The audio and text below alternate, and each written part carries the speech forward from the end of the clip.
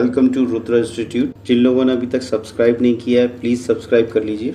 आज हम SSC CGL 2022 के प्री का जो अलग शिफ्ट का पेपर है उसका एनालिसिस करेंगे। फिलहाल मैं आपके सामने सारे क्वेश्चंस रख रहा हूँ, उनको अटेम्प्ट कीजिए और अपने अपने स्कोर्स शेयर कीजिए।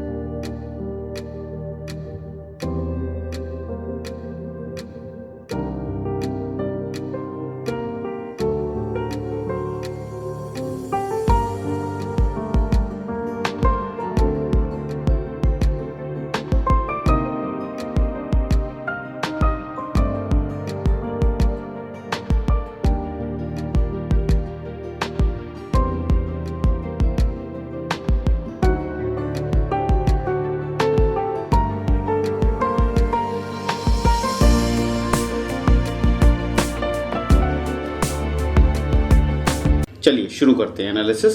पहला क्वेश्चन है, हमसे पूछा जा रहा है मोस्ट एप्रोप्रिएट एंटोनिम पूछा जा रहा है of the word fertile. Fertile means उपजाऊ। तो फर्टाइल का जो एंटोनिम होता है वो सीधा सीधा दिख रहा है हमें, बैरन है बंजर। उपजाऊ का अपोजिट होता है बंजर। फर्टाइल मींस उपजाऊ और बैरन मींस बंजर। बाकी के मीनिंग्स देख लेते हैं। फिकंड, फिकंड का सिनो है फर्टाइल। फिकंड मींस फर्टाइल, उपजाऊ। इसका आंसर हो गया बैरन। फिकंड इसका सिनो हो गया। फिकंड मींस फर्टाइल। रिच माने अमीर, एक तो वो होता है, और रिच सॉइल भी होती है, वो भी उपजाऊ सॉइल के लिए इस्तेमाल होता है रिच। वेट माने गीला। आंसर हमें मिल गया है barren. Select the correct passive form हमसे पूछा जा रहा है। The manager explained the latest assignment to Lana. Explained, ये पास्ट इंडेफिनिट टेंस। इसका पैसिव कैसे बनता है? वाज वर्ब प्लस वर्ब की थर्ड फॉर्म। तो वाज वर्ब कहाँ पर है? देखिए इन तीनों में है, इसमें हेड है, इसमें हेड है, इसमें हेड है, केवल इसमें है। यही हमारा आंसर है। अगर आपको बेसिक रूल्स पता है तो आपको सारे ऑप्शंस पढ़ने की जरूरत नहीं पड़ेगी। The manager explain, explain mean बताना। The manager explained the latest assignment. Latest माने सबसे ताजा ताजा, नया नया। द लेटेस्ट असाइनमेंट टू लाना। तो लेटेस्ट असाइनमेंट इसका सब्जेक्ट हो जाएगा, पैसे बना रहे हैं तो the latest assignment was explained to Lana by the manager. Answer हो गया फर्स्ट। चलिए next question. Most appropriate synonym हमसे पूछा जा रहा है गिवन वर्ड का। गिवन वर्ड है ट्रांसिएंट। ट्रांसिएंट मींस टेम्पोरेरी, क्षणिक। डायरेक्ट आंसर है टेम्पोरेरी, कोई दिक्कत नहीं है। एक वर्ड और होता है फ्लीटिंग। फ्लीटिंग मींस भी टेम्पोरेरी। ट्रांसिएंट जो क्षणिक हो, परमानेंट ना हो। ट्रांसफॉर्म रूपांतरण करना। ट्रांसफॉर्म जानते हैं, ट्रांसफॉर्म होते हैं, करते हैं। Transmit, transmit means send signals. Signals वगैरह भेजे जाते हैं तो वो ट्रांसमिट होते हैं, याद रख लो। जब भी कभी क्लोज टेस्ट वगैरह में आएगा, वो सिग्नल अगर भेजे जा रहे होंगे तो वो ट्रांसमिट होंगे। बाकी कोई ऑप्शन सेंड भी लिखा हो, कुछ भी और भी लिखा हो, ट्रांसमिट फिक्स है, कुछ वर्ड फिक्स होते हैं। तो ट्रांसमिट मीन्स सेंड, प्रेषण करना, प्रेषित करना। ट्रैप, ट्रैप मीन्स जाल में फंसाना, सिंपल से मीनिंग है। तो आंसर इसका हो गया टेम्परेरी। चलिए आगे बढ़ते हैं। Choose the option that can substitute the underline segment. Underline segment ये है, हमें इसका सब्सटीट्यूशन ढूंढना है। Navika is a superb and impressive child in her class. Navika जो है वो बहुत ही अच्छी और इम्प्रेसिव चाइल्ड है इन हर, अपनी क्लास में। इसके मीनिंग आप लोगों के सामने में रखता हूं। देखिए पहला है स्प्लेंडेड। स्प्लेंडेड का मीन्स होता है मैग्निफिसेंट एंड इम्प्रेसिव, शानदार। ये भी शानदार है, लेकिन ये भव्यता है, याद रखिए। ये किसी चीज की भव्यता को बताने के लिए इस वर्ड का इस्तेमाल होता है, ना कि किसी बच्चे की या किसी व्यक्ति की एकेडमिक इंटेलिजेंस को बताने के लिए इसका इस्तेमाल होता है। इंप्रेसिव तो है लेकिन वो एकेडमिक नहीं है, वो भव्यता है। Brilliant, brilliant means extremely clever, बहुत ज्यादा चतुर और इम्प्रेसिव। और वेरी ब्राइट, ब्राइट मीन्स चमकीला, लाइट वाला। Dazzling, dazzling means so bright that you can't see for a short time and brilliant. चमकदार, डेजलिंग का मीनिंग लिख लो, डेजलिंग का मीनिंग लिख लो चमकदार। और विविड भी चमकदार होता है, वेरी क्लियर, जो स्पष्ट हो बिल्कुल। ब्रिलियंट, ये जो ब्रिलियंट है ये यहां भी ब्रिलियंट है, यहां भी ब्रिलियंट है। इनका मतलब इस वेरी ब्राइट से है। ब्रिलियंट का मीनिंग दो है, एक्सट्रीमली क्लेवर और इंप्रेसिव, और वेरी ब्राइट। ये वेरी ब्राइट जो है ये लाइट के सेंस में है, और यहां जितने भी ब्रिलियंट आ रहे हैं ये भी, इन तीनों का मतलब ये लाइट ही है। इसका भी यही है और इसका भी यही है। लेकिन यहाँ जो ब्रिलियंट है इसका मीनिंग एक्सट्रीमली क्लेवर वाला नहीं है, याद रखना। ब्रिलियंट के दो मीनिंग है, लेकिन डेजलिंग का एक ही मीनिंग है, लाइट के सेंस में वेरी ब्राइट। विविड का भी वैसा ही है। चलिए, तो superb and impressive child in her class, तो एकेडमिक प्रोग्रेस की बात हो रही है, एकेडमिक इंटेलिजेंस की बात हो रही है, तो सीधा सीधा आंसर है हमारा brilliant. Navika is a brilliant child in her class. बहुत अच्छी है, बहुत एक्सट्रीमली क्लेवर है, इम्प्रेसिव है। स्प्लेंडेड मैंने बता ही दिया। बाकी के ऑप्शंस भी मैंने एक्सप्लोर करके बता दिए क्यों नहीं है, क्योंकि एकेडमिक इंटेलिजेंस के सेंस में ये वर्ड्स नहीं आते, ये लाइट के सेंस में आते, और स्प्लेंडेड भव्यता के सेंस। चलिए next question, select the most appropriate antonym पूछा है हमसे गिवन वर्ड का। कैजुअल, कैजुअल का मीनिंग जानते हो, फॉर्मल होता है, सीधा सीधा सिंपल सा है, कुछ है नहीं। स्पिरिचुअल, आध्यात्मिक, पर्सनल माने व्यक्तिगत। कैजुअल का अपोजिट हो गया फॉर्मल, ट्रेडिशनल, परंपरागत। सिंपल से मीनिंग है, कोई दिक्कत। चलिए next question, select the correct direct form of the given sentence. She asked me why I had been smoking that day. Direct form बनाना है हमें, तो आस्क्ड का तो हो जाएगा सेड टू, सारा ही है, लेकिन ये नहीं होगा क्योंकि ये प्रेजेंट इंडेफिनिट बन रहा है, क्योंकि ये पास्ट में बात हो रही है। चलिए, तो यहां से तो हमें पता नहीं चलेगा, आगे बढ़ते हैं। I had been smoking that day, ये है पास्ट परफेक्ट कंटिन्यूअस टेंस। ये जो बना है ये पास्ट परफेक्ट कंटिन्यूअस टेंस बना। पास्ट परफेक्ट कंटिन्यूअस किससे चेंज होता है? पास्ट कंटिन्यूअस का पास्ट परफेक्ट कंटिन्यूअस बनता है। नरेशंस के रूल्स में आपको बता दूंगा, पास्ट इंडेफिनिट जो चेंज कन्वर्ट होता है वो पास्ट परफेक्ट में होता है, पास्ट कंटिन्यूअस जो होता है वो पास्ट परफेक्ट कंटिन्यूअस टेंस में चेंज होता है। तो I had been working, past perfect continuous, तो पास्ट कंटिन्यूअस से आया होगा, तो हमारे पास पास्ट कंटिन्यूअस ये है, तो ये वाला आंसर क्यों नहीं होगा? क्योंकि या शी सेज लिखा हुआ है, तो यही हमारा आंसर हो जाएगा। बाकी तो ऑप्शन सही नहीं है, एज पर रूल नहीं है। समझ में आया क्यों हुआ ये आंसर? इस रूल के तहत। The question below consist of a set of label sentence. हमें क्या करना है? लॉजिकल ऑर्डर में लगाना है इनको, पैराजंबल है, सिंपल। चलिए हम पढ़ने की कोशिश करते हैं इसको। पहले क्या है ये? We are naturally social creatures.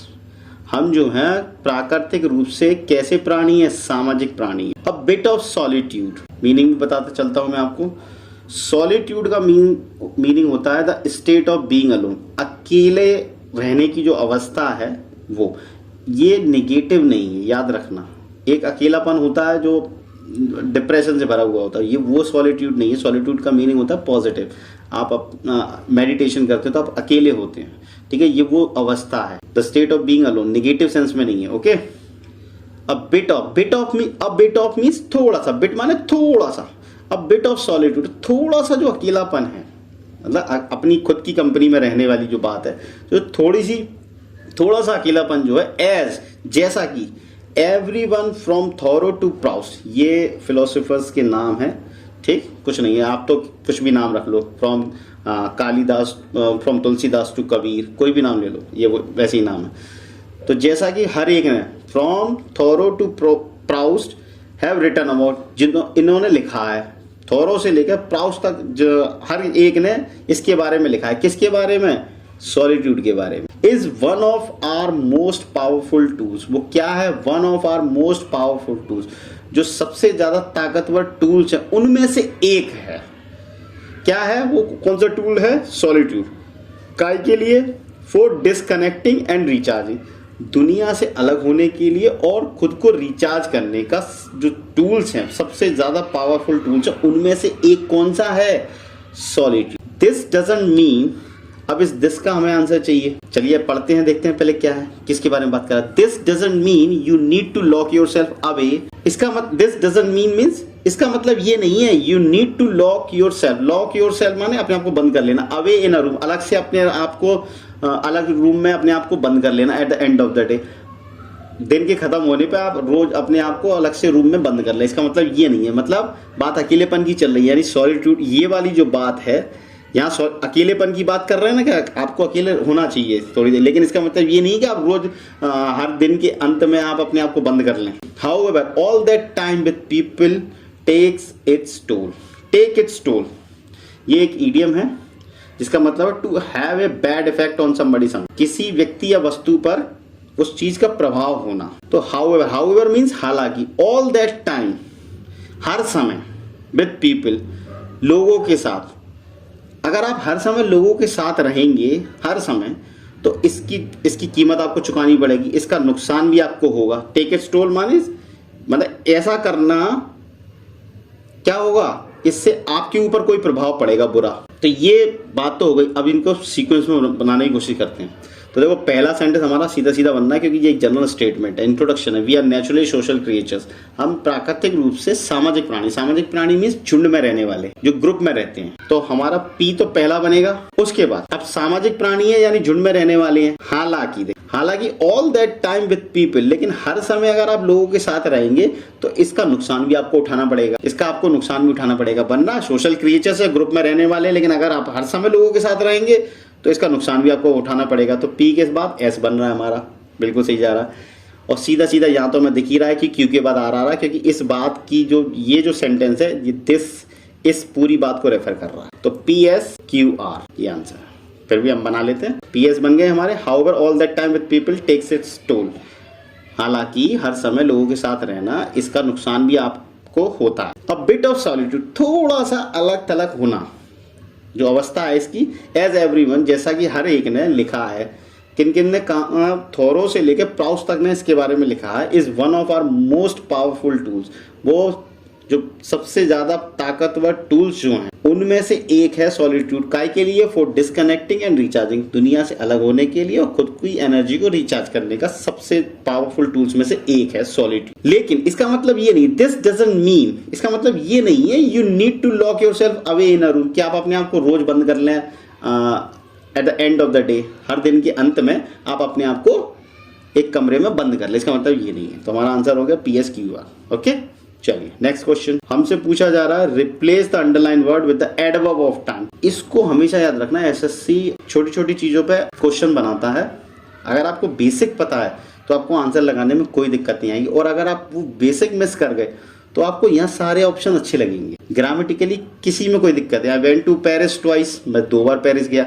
I went to Paris often, मैं अक्सर पेरिस गया। I went to Paris yesterday, मैं कल पेरिस गया था। I went to Paris happily, मैं खुशी होकर पेरिस गया था। लेकिन यहाँ जो उसने लिखा है कि एडवर्ब ऑफ टाइम लगाना। अब देखिए, twice means once, twice, thrice, ये एडवर्ब ऑफ फ्रीक्वेंसी है। आप कोई काम को कितनी बार करते हैं उसके बारे में। ऐसे ही ऑफन, अक्सर, ये भी एडवर्ब ऑफ फ्रीक्वेंसी है। अगर आप किसी काम को 1 बार करते हैं, 2 बार करते हैं, अक्सर करते हैं, तो ये एडवर्ब ऑफ फ्रीक्वेंसी बताता है कि आप कितनी बार कोई काम करते हैं। तो हमसे पूछा जा रहा है एडवर्ब ऑफ टाइम, तो ये तो होंगे नहीं, ना ही ये होगा। यस्टरडे एडवर्ब ऑफ टाइम है, और हैप्पीली क्या है? Adverb of manner. किसी काम को आप कैसे कर रहे हैं, खुशी खुशी कर रहे हैं, तो वो मैनर है, उसका तरीका है। हमारे पास एडवर्ब ऑफ टाइम केवल एक ही है, यस्टरडे, तो यही आंसर है बस। I went to Paris yesterday, मैं कल पेरिस गया, दैट्स ऑल। केवल इस पे हमने आंसर ले लिया। अगर आपको ये पता है कि ये कौन से एडवर्ब हैं तो आपके पास डायरेक्ट आंसर है, दिमाग ही नहीं लगाना।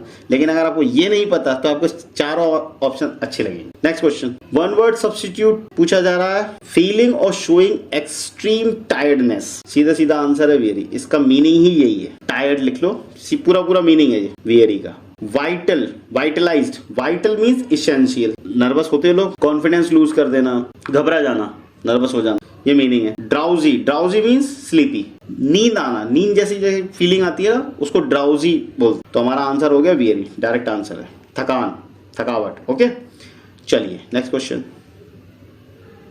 सेंटेंस को करेक्ट ऑर्डर में लगाना है, ठीक है। हमारे पास यहाँ पहला हमें दिया गया है, Michael holding who, Michael holding who.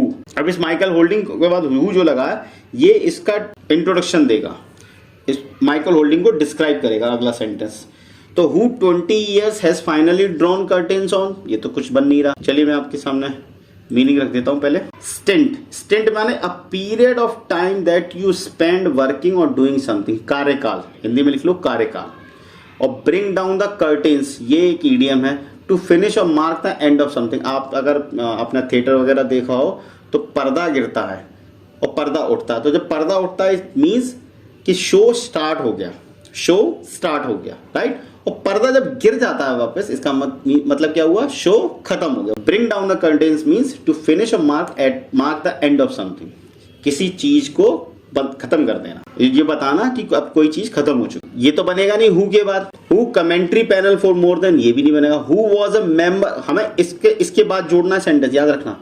Who was a member of the sky sports, ये कुछ बन रहा है। हिज स्टिंट, तो ये तो बनेगा नहीं। इसका मतलब हु के बाद तो आर आके रहेगा, ये तो कंफर्म है सीधा सीधा। पहले हम चेक कर ले, ऑप्शन चेक कर लेते हैं। ये एक आर हमारे पास यहाँ है, क्यू है, एस है, पी है, यही आंसर है। क्योंकि एक में ही आर है और यही हमारा आंसर है।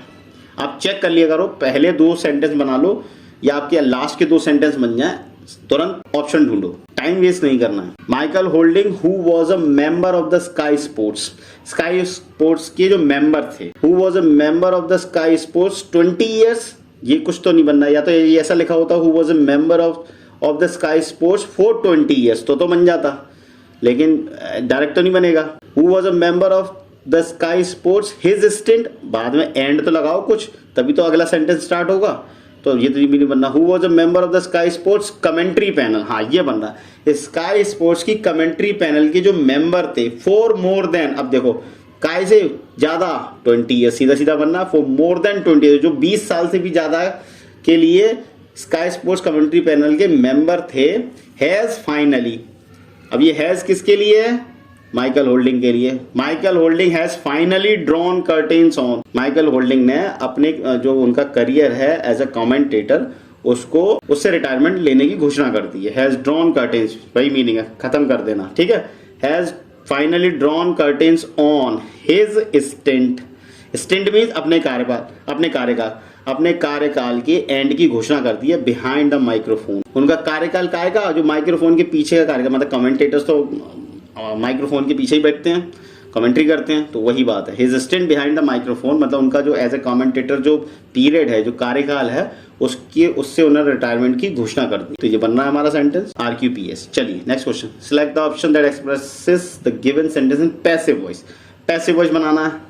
Robin rolled the marble through a small plastic pipe, rolled past indefinite है, हमें फिर से वही चाहिए, वाज वर प्लस वर्ब की थर्ड फॉर्म। कहाँ है? यहाँ लगा है, यहाँ लगा है, यहाँ भी लगा है और यहाँ भी लगा है, तो इससे तो काम नहीं बना। आगे बढ़ते हैं। Robin rolled the marble, marble object हो गया तो पैसिव वॉइस में ये सब्जेक्ट बन जाएगा, यानी कि ये इधर आएगा और रॉबिन साहब बाद में जाएंगे, बाय रॉबिन कर। द मार्बल वॉज रोल्ड, अब ये through a small plastic pipe, ये तो अदर वर्ड्स हो गए, तो स्मॉल प्लास्टिक पाइप, तो ये तो सब्जेक्ट बनेगा नहीं, तो ये तो ऑप्शन नहीं है हमारा सही, तो इसको तो काट दिया हमने, एलिमिनेट कर दिया इसको तो सबसे पहले। तो पहला option, the marble was rolled bye robin in A small plastic pipe, ये इन कहां से आ गया? इन तो सेंटेंस में था नहीं, इन तो सेंटेंस यहाँ थ्रू है। याद रखिए, आप कुछ भी रिप्लेस नहीं करेंगे अपने मन से, जो अदर वर्ड्स होते हैं उनको रिप्लेस नहीं किया जाता, जिनको रिप्लेस करना होता है वो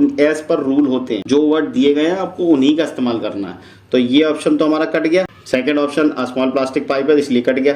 थर्ड ऑप्शन चेक करते, the marble was rolled, rolled means लुढ़काना। अच्छा, ये जो मार्बल जो है इनका मतलब है कंचे, कंचे खेलते हैं ना वो कंचे, तो वो उन कंचों को क्या करेगा? लुढ़काएगा through a small plastic pipe, मतलब प्लास्टिक के पाइप होते हैं ना, उसमें ऊपर से डाला होगा, नीचे से वो लुढ़कते हुए बाहर निकल गए होंगे। तो समझ में आया होगा कि क्या पिक्चर है, क्या पेन पिक्चर है पूरी इस सेंटेंस की। तो जो मार्बल है मतलब कंचे जो हैं उनको लुढ़काया एक स्मॉल प्लास्टिक पाइप के थ्रू, किसके द्वारा? रॉबिन के द्वारा। The marble was rolled through a small plastic pipe by Robin, ये कुछ बनना है, ये सही लग रहा है। चलो नेक्स्ट क्वेश्चन भी देख लेते हैं। The marble through a small plastic pipe was rolled bye robin, option ये भी सही लग रहा है, बट मोस्ट अप्रोप्रिएट यही है। ये क्यों है? देखिए एसएससी कई बार क्या करता है, जैसे ये सब्जेक्ट है, ये वर्ब है और इसके बाद पूरे को वो ऑब्जेक्ट मान लेता है, तो अगर इस कॉन्सेप्ट से चलोगे तो आंसर चौथा बनेगा। The marble through a small plastic pipe was rolled bye robin, लेकिन प्रॉपर, चूंकि हमारे पास प्रॉपर आंसर है इसीलिए हम इस ऑप्शन को चूज नहीं करेंगे, लेकिन अगर इसमें कुछ गलती होती तब हमारा आंसर चौथा हो जाता। बेसिक रूल्स है, वो क्या कहते हैं, सब्जेक्ट आ गया, जो एक्टिव का जो ऑब्जेक्ट है वो पैसिव में सब्जेक्ट बन गया, helping verb I, main verb I, उसके बाद हमने अदर वर्ड्स डाले और बाय लगा के सेंटेंस को खत्म कर दिया। ये बेसिक रूल्स होते हैं, उसी के तहत ये हमारा आंसर परफेक्टली फिट है। चलिए नेक्स्ट क्वेश्चन। ईडीएम का मीनिंग पूछा है हमसे, बैग एंड बैगेज, सीधा आंसर है, लिख लो इसको, with all of one's possession, सारे सामान के साथ। इसमें एक चीज नोट कर लो, इसके मीनिंग में विथ लगा है, यानी कि जब आप इस ईडीएम का इस्तेमाल देखें तो इसके पहले विथ आपको नहीं लगाना है, क्योंकि इसके मीनिंग में विथ ऑलरेडी इंक्लूडेड है। जैसे एग्जाम्पल है, he left the town with bag and baggage लगाया, तो ये गलत हो जाएगा इसकी वजह से, क्योंकि इसमें इस बैग एंड बैगेज में विथ इंक्लूडेड है। इसको नोट डाउन कर लो, मीनिंग आपके सामने। विथ बर्डन, बर्डन मीन्स वजन, बोझ। विदाउट एनी एम, बिना किसी उद्देश्य के। विदाउट हैप्पीनेस, बिना किसी खुशी के। ये सब मीनिंग नहीं है, मीनिंग डायरेक्ट इसका यही है, विथ ऑल वंस बचे, सारे सामान के साथ।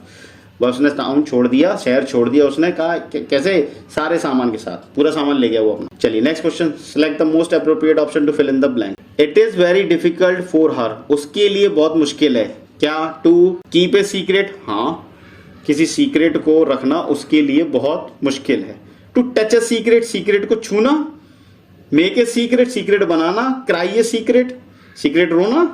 नहीं, सीधा सीधा आंसर है कीप ए सीक्रेट, किसी राज को रखना उसके लिए बहुत मुश्किल। डायरेक्ट आंसर है, कुछ ज्यादा है नहीं। कई बार ऑप्शंस आपको कॉमन सेंस से बनाने होते, ग्रामेटिकली आप देखो तो कोई गलती नहीं है उसमें, लेकिन हमें मोस्ट अप्रोप्रिएट ऑप्शन बनाना जिसका कोई लॉजिकल सेंस हो। अब हमसे पूछा जा रहा है एंटोनिम, किस चीज का एंटोनिम पूछा जा रहा है? कंसीट का।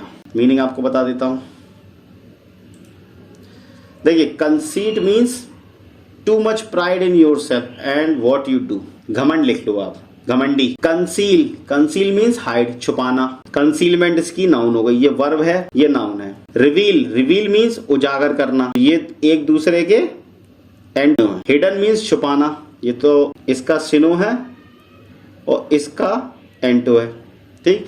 मॉडेस्टी, मॉडेस्टी मीन्स जो घमंडी ना हो, मॉडेस्ट हो, डाउन टू अर्थ हो। घमंड, घमंडी का आंसर क्या हो गया? मॉडेस्ट, जो मॉडेस्ट हो, डायरेक्ट आंसर है। चलिए आगे बढ़ते हैं। मीनिंग नोट डाउन कर लीजिएगा सभी लोग, क्योंकि ये जो पेपर है इसमें बहुत सारे मीनिंग्स हैं, बहुत सारे वर्ड्स हैं, बहुत सारे इडियम्स हैं, और eight the end of the analysis आपको मैं अलग से मीनिंग्स और इडियम्स तो मैं आपको दे ही रहा हूँ हर वीडियो में, उनको प्लीज नोट डाउन करते जाइए और याद करते जाइए। अंडरलाइन इडियम जो है उसका मीनिंग हमें एप्रोप्रिएट मीनिंग रखना है। He was murdered in cold blood. In cold blood, मैं आपको मीनिंग देता हूं।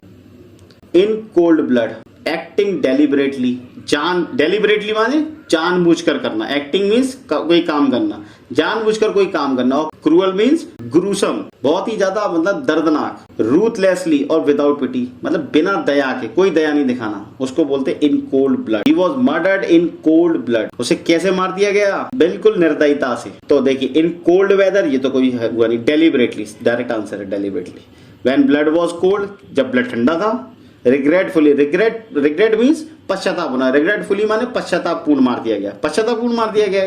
तो पश्चाताप कर रहे थे, उसे मार रहे थे। यहाँ तो इन कोल्ड ब्लड का मीनिंग पूछा है हमसे, बिल्कुल मर्सीलेसली मार दिया गया। ये आंसर हो गया deliberately. Next question, correct spelling of the underline word. David was put off by the gleaming eyes in the dark. देखो पहले तो ग्लीमिंग, ये करेक्ट स्पेलिंग है इसकी। अंडरलाइन वर्ड की हमसे करेक्ट स्पेलिंग पूछी गई है। Rectify the sentence by selecting the correct spelling of the underline word. तो ग्लीमिंग होता है शाइनिंग ब्राइटली, चमकदार, बहुत ज्यादा जो चमक रहा हो। Put off, put off means disturb somebody, किसी व्यक्ति को परेशान करना। यहाँ एक वर्ड और है ग्लीनिंग। ग्लीन का मतलब होता है obtain information, knowledge from various resources, कई संसाधनों से क्या ऑब्टेन करना? इंफॉर्मेशन और नॉलेज को इकट्ठा करना, उसको ग्लीन कहते। ये स्पेलिंग सही है ग्लीनिंग, तो ये स्पेलिंग तो गलत है, ये भी कुछ नहीं है, ये भी कुछ नहीं है, सीधा सीधा answer. David was put of, David को क्या कर दिया गया? डिस्टर्ब कर दिया गया, काय के द्वारा? By the gleaming eyes in the dark, अंधेरे में चमकती हुई आंखों ने डेविड को क्या कर दिया? डिस्टर्ब कर दिया। पुट ऑफ मीन्स डिस्टर्ब कर दिया। चलिए next question, most appropriate option to fill in the blank. The planets are blank around the sun. जो प्लैनेट्स हैं वो सूरज के चारों तरफ क्या कर रहे हैं? चक्कर लगा रहे हैं, उसको रिवॉल्व बोलते हैं। The planets are revolving around the sun. Revolve और रोटेट, ये दो वर्ड आप लोगों ने सुने होंगे। देखो सर्किल करना माने ये भी चक्कर लगाना है, लेकिन ज्योग्राफी के सेंस में मैं आपको एक्सप्लेन करता हूँ। जो प्लैनेट्स है, चाहे वो अर्थ हो, चाहे वो कोई भी और अदर प्लैनेट हो, वो सन का, सूरज का चक्कर तो लगा रहे हैं, लेकिन वो सर्कुलर मोशन में नहीं लगा रहे हैं। वृत्ताकार मार्ग नहीं है उनका, इसीलिए सर्कलिंग नहीं है, उनका मार्ग अलग है। वो सर्कुलर नहीं है प्रॉपर। राउंड माने भी गोल गोल घूमना है। ज्योग्राफी में सभी ने पढ़ा होता है रिवॉल्विंग और रोटेटिंग।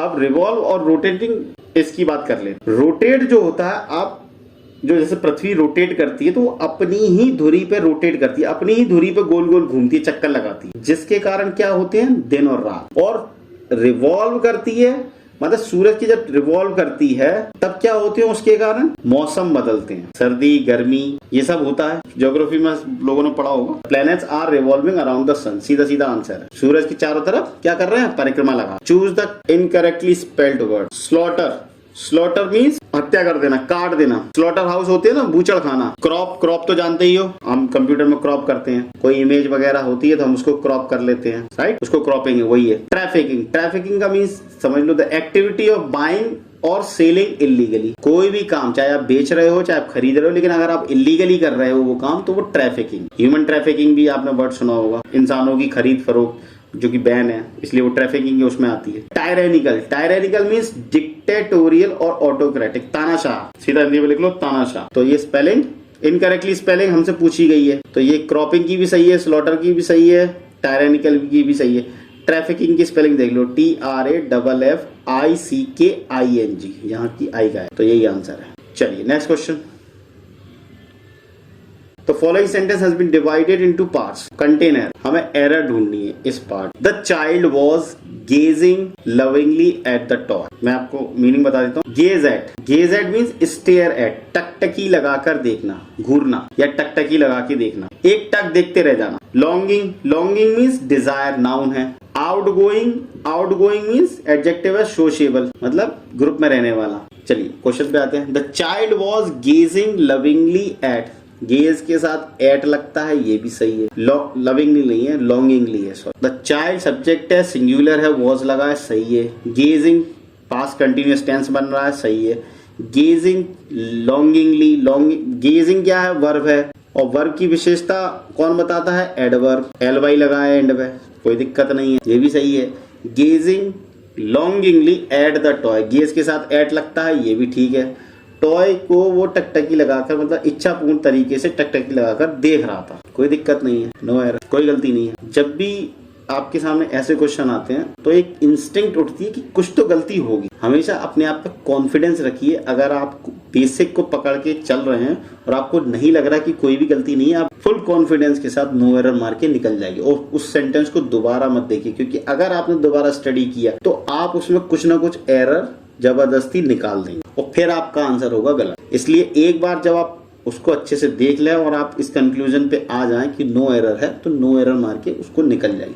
नो एरर जितने भी आप क्वेश्चन मारें उनको आप दोबारा मत छुइए, क्योंकि फिर आप उनमें एरर ढूंढने लग जाए। क्योंकि हमें बोला जा रहा है कि अगर इसमें कोई एरर हो तो बताओ, तो हमारी जो बेसिक इंस्टिंक्ट होती है कि एरर ढूंढने की होती है। तो अगर उस सेंटेंस में नहीं भी होती तो हम सोचते हैं कि कुछ तो गड़बड़ है। ये हो सकता है लॉन्गिंगली गलत हो सकता है गेजिंग गलत हो सकता है ये एड गलत है, ऑन लगाने की इच्छा होगी, राइट। जब आपके बेसिक क्लियर होते हैं, इस कंक्लूजन पर पहुंचते हैं अपने बेसिक नॉलेज के साथ कि नो एरर है, तो नो एरर मार के उसको निकल जाएगी। दोबारा उसको एनालाइज करने की कोशिश मत कीजिएगा पेपर के अंदर, राइट। चलिए नेक्स्ट क्वेश्चन। करेक्ट ऑल्टरनेटिव हमें डालना, ओके। आउटगोइंग का मीनिंग मैंने बता दिया। प्रेजुडिस्ड, प्रेजुडिस मीन्स जो भेदभाव करे, भेदभाव नहीं। अनकंट्रोल्ड, जिसका कंट्रोल ना हो। मॉडरेट माने हल्का, मध्यम दर्जे का। If you are the one who is planning to lose weight, यदि आप वो व्यक्ति हैं जो प्लान कर रहा है, क्या प्लान कर रहा है, वेट को घटाने का, तो रिमेंबर, आपको क्या याद रखना है, remember to keep your snacking. Snack means ये जो आप छुटपुट चीजें खाते हैं, चिप्स वगैरह, ठीक है, स्नैक्स वगैरह लेते हैं, जैसे पकौड़े ले लिए, तो इन सब की बात हो रही है। स्नैक्स मीन्स वही लाइट मील होता है। स्नैक्स का मीनिंग लिख लो, लाइट मील। तो जो आपका हल्का फुल्का जो खाना है, जो आप बीच बीच में कभी भी खाते रहते हैं, उसको आप कैसा रखिए, आउटगोइंग रखिए। आउटगोइंग तो कुछ है नहीं। प्रेजुडिस भेदभावपूर्ण रखिए, नहीं भेदभावपूर्ण कुछ नहीं होता। अनकंट्रोल रखेंगे, या तो कंट्रोल रखेंगे तभी तो आप लूज वेट करेंगे। वेट को लूज कब आप करेंगे, जब आप स्नैकिंग को, जो फालतू का खाना पीना है उसको आप कंट्रोल करेंगे, तभी तो होगा कि आप अनकंट्रोल रखेंगे। तो ये भी आंसर नहीं है। बचा है कौन सा, मॉडरेट। मॉडरेट मीन्स कम मात्रा में रखना, हल्का फुल्का, तो ठीक है, लेकिन अगर आप ज्यादा कर देंगे तो आपका वजन बढ़ेगा। चलिए नेक्स्ट क्वेश्चन। ये है cloze test, right. Cloze test को गाइस अटेंड करने से पहले ना, आंसर लगाने से पहले आप इसके मीनिंग एक बार देख लो और उसके बाद इसको बिना आंसर किए पढ़ लो। फिर थर्ड अटेम्प्ट में आप इसको आराम से आंसर करना, अगर आपके पास समय हो तब ऐसा करना है। ये प्रोसीजर है, इसको अटेम्प्ट कर। समय नहीं है फिर तो आप डायरेक्ट जाएंगे ही जाएंगे, लेकिन डायरेक्ट जाने में क्या है, गलती करने की जो संभावना है वो बहुत ज्यादा बढ़ जाती है। मीनिंग समझ लेते हैं। Dare means to be brave enough to do something risky, बहादुर होना कोई रिस्की काम करने के लिए, साहस दिखाना। डेयर मीन्स साहस दिखाना। क्लॉक मीन्स कवर और हाइड समथिंग, किसी चीज को छुपाना, कवर करना। Pragmatism mean thinking about solving problems in a practical and sensible way rather than by having fixed ideas and theories. Pragmatism का आप लिख लो व्यवहारिकता, हिंदी में लिख लो व्यवहारिकता। आप व्यवहारिकता से किसी चीज को सॉल्व करते हैं बजाय की थ्योरेटिकल अप्रोच की। निगेट मीन्स नलीफाई कर देना, स्टॉप हैविंग एन इफेक्ट, कोई बेअसर कर देना, हिंदी में लिख लो बेअसर कर देना।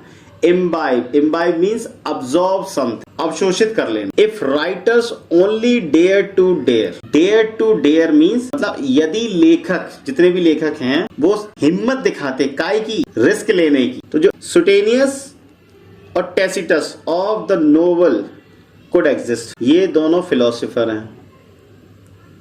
आप तो इनको तुलसीदास और कबीरदास मान लो। अगर जो लेखक हैं, मतलब बाकी के जो लेखक हैं, ज्यादातर जो लेखक हैं, अगर वो हिम्मत दिखाते, रिस्क लेते, तो क्या होता, तुलसीदास और कबीरदास जी जैसे जो उनकी लेख हैं, उन जैसे लेख और भी एग्जिस्ट करते। इसका मतलब ये ऐसे नोवेल्स, ऐसे उपन्यास, नोवेल मीन्स उपन्यास, ऐसे उपन्यास जो तुलसीदास और कबीरदास जी ने लिखे हैं वो एग्जिस्ट करते अगर जो बाकी के लेखक हैं वो साहस जुटा पाते रिस्क लेने। बाकी नहीं दिखाते, तुलसीदास और कबीरदास जी ने दिखाया। फोर मीन्स चूंकि, एक तो फोर का मतलब के लिए भी होता है, लेकिन जब फोर शुरू में आए सेंटेंस की, इसका मतलब वो चूंकि है, और एज का मतलब भी चूंकि होता है। फोर द नोवेल इज, चूंकि तो जो उपन्यास है वो है क्या है, अभी हमें 21 में नहीं पता क्या है। द हिस्ट्री ऑफ मैनर्स, इतिहास है काय का, तौर तरीकों का। टर्न्ड इनटू ए स्टोरी, जो काय में बदल गया है एक कहानी में, एंड अ प्ले, और एक नाटक में। As is history itself often enough, as यहाँ ये इस एज का मतलब है जैसे कि इतिहास अपने आप में पर्याप्त होता है। हिस्ट्री इटसेल्फ ऑफन इनफ माने अक्सर इतिहास जो अपने आप में पर्याप्त होता है वैसा।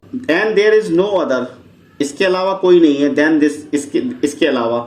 दैट द वन, जो कि ये है। The novel clocks it's manner, clock means cover करना, जो उपन्यास है वो कवर कर लेता है, छिपा लेता है। इट्स माने अपने तौर तरीकों को। द डिस्गाइज मीन्स भेष रख लेना, किसी चीज का भेष अपना लेना, अनावरण। Disguise of invented characters, invented means जिनको इन्वेंट किया गया है, मतलब आविष्कृत किया गया है, बनाया गया है characters. While the other history, जबकि अन्य हिस्ट्री, 24 में क्या है पता नहीं। नेम्स एंड एड्रेसेस, नाम है और पते हैं। Only the novel much deeper than history, केवल नोवेल जो है वो 25 में क्या है बाद में देखेंगे। मच डीपर माने और गहराई में जाना। Much deeper than history, history से ज्यादा गहराई में जाता नोवेल। अब हम आंसर करने की कोशिश करते हैं, बाकी के ऑप्शन देख लेते हैं। ऑप्शनली माने जो ऑप्शंस होते हैं वैकल्पिक। नीडलेसली माने आवश्यकता नहीं है। अननेसेसरीली, नीडलेसली और अननेसेसरी एक दूसरे के सिनोनिम, मीनिंग आवश्यकता ना होना। और इसेंशियली माने बेसिकली, माने बुनियादी तौर पर। डिफरेंस जानते ही हो, अंतर। प्रैग्मेटिज्म बता ही दिया। मैटर माने मामला। सैंपल माने जो सैंपल होता है। अंडर जानते ही हो नीचे। बिसाइड माने बगल में। अराउंड माने चारों तरफ। अमंग माने बीच में। प्रोवाइड्स प्रदान करना। निगेट बता ही दिया, रिमूव हटा देना। स्ट्रैंगुलेट माने गला घोटना। बार्गेन भावताव करना। लेसन्स माने सुनना। प्रॉब माने इन्वेस्टिगेट करना। इम्बाइब माने अब्सॉर्ब करना। If writers only dare to dare, यदि लेखक साहस जुटाते रिस्क लेने का। और सुटेनियस और टैसिटस ऑफ द नोवेल, तो सुटेनियस और टैसिटस की जो नोवेल हैं उन जैसे नोवेल और भी एग्जिस्ट करते। चूंकि फॉर द नोवेल, चूंकि नोवेल क्या है, उपन्यास क्या है। Optionally the history of manners, needless या नेसेसरी तो आंसर नहीं है। ऑप्शनली वैकल्पिक रूप से क्या है, वैकल्पिक नहीं, इसेंशियली। बेसिकली, इसेंशियली माने बेसिकली क्या है, नोवेल जो है वो मूलभूत तरीके से क्या है, मूलभूत रूप से क्या है नोवेल, उपन्यास क्या है मूलभूत रूप से, basically. The history of manners, इतिहास है काय का, तौर तरीकों का। टर्न्ड इनटू, जो काय में बदल गया है, which was turned into a story, जो काय में बदल दिया गया है, कहानी में और नाटक में। नाटक के रूप में बदल दिया गया है। As is history itself often enough, जैसा कि इतिहास अपने आप में पर्याप्त होता है, वैसे ये भी पर्याप्त है। ये कहानी के तौर पे बदल दिया जाता है नाटक के तौर पे, और वैसे ही बताता है जैसे कि इतिहास अपने आप को बताता है। There is no other than this, no other pragmatism, व्यवहारिकता, देन दिस, इसके अलावा कोई और व्यवहारिकता नहीं है, मामला नहीं है, सैंपल नहीं है, difference. There is no other difference than this. Difference किसमें है? हिस्ट्री में और नोवेल में, इन दोनों में जो डिफरेंस है, माने इतिहास भी आपको ऐतिहासिक घटनाओं के बारे में बता रहा है, और नोवेल जो उपन्यास है वो भी आपको इतिहास के बारे में बता रहा है, ऐतिहासिक घटनाओं के बारे में बता रहा है। तो यहाँ बात हो रही है there is no other difference, उन दोनों में और कोई अन्य अंतर नहीं है, देन दिस, इसके अलावा, दैट द वन, जो कि ये है, द नोवेल। अब ये उस अंतर की बात करें,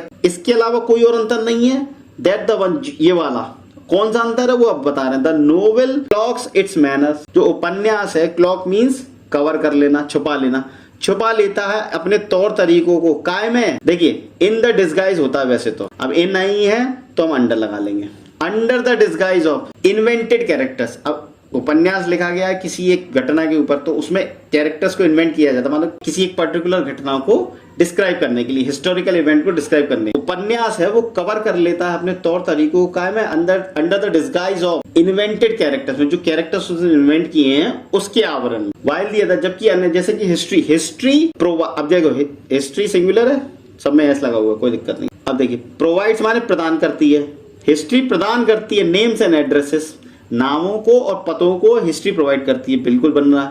निगेट्स, नलीफाई कर देती है, रिमूव्स, हटा देती है, क्या इतिहास हटा देता है या नलीफाई कर देता है, गला घोट देता है, ये इनमें से कुछ नहीं आएगा, सीधा सीधा आंसर है प्रोवाइड्स नेम्स एंड एड्रेस। इतिहास आपको नाम देता है, जगह का भी नाम देता है, किसी व्यक्ति का नाम देता है, किसी जगह का नाम देता है, और एड्रेसेस आपको पते भी बता, सीधा सीधा कि फला जगह पे फला राजा था और फला समय तक उसने शासन किया। ओनली द नोवेल, केवल और केवल नोवेल, केवल और केवल उपन्यास क्या करता है, मच डीपर देन हिस्ट्री, माने हिस्ट्री से ज्यादा जाता है। क्या करता है हिस्ट्री से ज्यादा? बार्गेनिंग करता है, मूलभाव करता है? नहीं। सुनता है? नहीं। प्रॉब माने इन्वेस्टिगेट करना, जांच करना और भीतर तक होना। इम्बाइब्स मींस अब्सॉर्ब करना, अब्सॉर्ब करता है? नहीं। प्रॉब्स इन्वेस्टिगेट करता है, जांच करता है।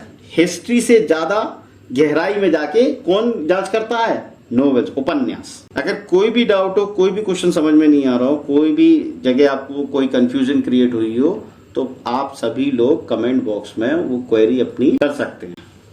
अब मैं आपको कुछ वर्ड्स दे रहा हूं, इनको आपको नोट डाउन करना और याद करना है। पिछले वीडियोस में भी मैंने आपको दे रखे हैं, उन सभी को नोट डाउन करते जाइए, याद करते जाइए।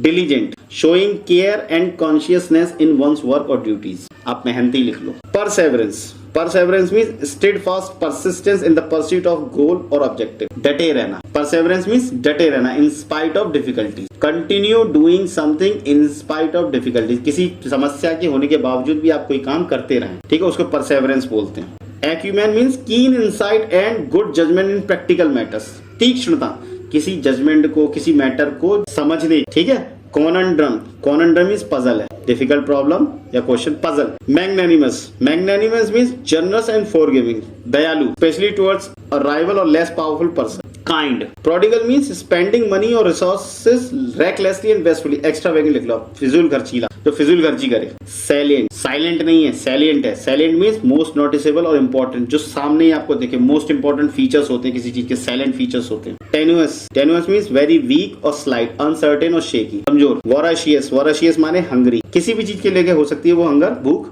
नॉलेज और फूड को लेके। Tenacious, tenacious means tending to hold fast और क्लिंग टू समथिंग, चिपके रहना, डटे रहना। आपके सामने अब रख रहा हूं कुछ इडियम्स, ठीक है। अब ब्लेसिंग इन डिस्गाइज, देखो मैंने कहा था ना डिस्गाइज के साथ इन लगता है, अंडर भी लग गया, कोई दिक्कत नहीं। अब ब्लेसिंग इन डिस्गाइज, कोई चीज आपको अप्रिय लग रही है लेकिन एक्चुअली में वो आपके फायदेमंद की है। जैसे माँ बाप बच्चे को डांटते हैं तो वो ब्लेसिंग इन डिस्गाइज होती है बच्चे के लिए। बच्चे को तो बुरा लगता है लेकिन एक्चुअल में वो उसके लाभ के लिए होती है, उसी को बोलते हैं ब्लेसिंग इन डिस्गाइज। कोई चीज आपको बुरी अपीयर हो रही है लेकिन एक्चुअल में वो आपके लिए इन द लॉन्ग रन आपके लिए वो अच्छी है। Something that initially seems bad और unfortunate but ultimately turns out to be beneficial. On the fence, on the fence means undecided, और neutral about a particular issue और डिसीजन। जैसे कोई डिबेट चल रही है, अब आपसे एक पक्ष लेने को बोला जा रहा है, लेकिन you are sitting on the fence, means आप कोई भी पक्ष नहीं ले रहे हैं। तो जब आप न्यूट्रल होंगे, किसी की तरफ, किसी की साइड नहीं लेंगे, then you are sitting on the fence. Okay, a dime a dozen means something that is very common and easy to find. माने बहुत ज्यादा जो कोई चीज कॉमन हो, आसानी से आपको मिल जाए, उसको बोलते हैं a dime a dozen. To spill the beans, राज उजागर कर देना। To reveal secret information. To give somebody get the bird. अब इसको समझो, to give somebody the bird माने किसी को डांट देना। To get the bird means डांट खाना। To bite the bullet means to endure a painful और difficult situation with courage and determination, मतलब अपनी हार मानना। बर्न द मिडनाइट ऑयल, रात भर जागकर काम करना या पढ़ाई करना। अगर आप रात भर जागकर पढ़ाई कर रहे हैं, it means you are burning the midnight oil. Under the weather means to feel ill और नॉट इन गुड हेल्थ, मतलब तबीयत सही नहीं होना। Let the cat out of the bag, secret reveal कर देना, या कोई confidential information that was supposed to be kept hidden, कोई सीक्रेट इन्फॉर्मेशन को रिवील कर देना। Play it by ear, to make decision और take actions as event unfold without a predetermined plan और स्ट्रेटेजी। मीन्स पहले से किसी चीज की कोई प्लानिंग नहीं करना, जैसे कोई आपके सामने समस्या आती है आप उसको सॉल्व करने की कोशिश करते हैं, आप उसी सर्कमस्टांसेस पे बेस्ड आप अपने डिसीजंस लेते हैं। इसको बोलते हैं playing it by ear. Okay, चलिए, thank you for watching this video. अगर आपको ये वीडियो पसंद आया तो प्लीज लाइक कीजिए, शेयर कीजिए, और जिन लोगों ने अभी तक हमारे चैनल को सब्सक्राइब नहीं किया, डू सब्सक्राइब।